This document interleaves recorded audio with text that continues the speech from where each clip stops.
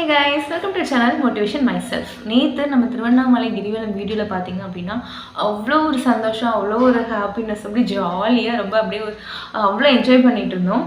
ஆனால் அதுவே ஒரு 5-6 மாதத்துக்கு முன்னாடி பார்த்த வீடியோவில் வந்து பார்த்தீங்க அப்படின்னா நான் அவ்வளோ டிப்ரெஷன் ஸ்ட்ரெஸ்ஸில் உடஞ்சி போய் ஆல்மோஸ்ட் அவ்வளோ லைஃப்பில் எனக்கு மேலே ஒன்றுமே இல்லை அப்படிங்கிற ஒரு ஸ்டேஜில் வீடியோஸ் போட்டிருந்தேன். அது ஏன் அப்படின்றது உங்களுக்கு தெரிஞ்சிருக்கும், பார்த்தவங்களுக்கு ரெகுலராக பார்க்குறவங்களுக்கு தெரிஞ்சிருக்கும். ஸோ நம்ம இதுதான் லைஃபு.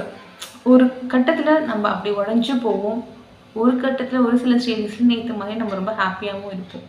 ஸோ இது எல்லாமே வந்து லைஃபோட ஒரு பார்ட்டு தான். எதுவுமே வந்து இதுதான் எண்டு, இதுதான் அப்படிங்கிறது நம்ம நிரந்தரம் அப்படின்னு நம்ம சொல்ல முடியாது. ஒரு டைமில் நம்ம அழுதும், ஒரு டைமில் நம்ம சிரிச்சுட்ருக்கோம் இப்போது.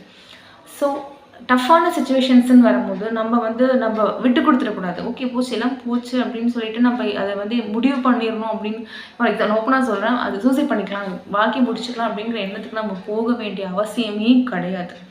ஓகே, நம்ம வேலை முடிஞ்சிச்சுன்னா அப்படின்னா நம்மளே டாட்டா பைபைன்னு சொல்லிட்டு கிளம்பிடுவோம். ஸோ அந்த மாதிரி உங்களுக்கு நல்ல லிவிங் எக்ஸாம்பிள் ஆனியிருக்கேன். அப்படி இருந்தாலும் இப்போ கொஞ்சம் ரிலாக்ஸ் ஆகி நார்மலாக சிரித்து பேசுகிறேன் அப்படின்னா இதுதான் வாழ்க்கை.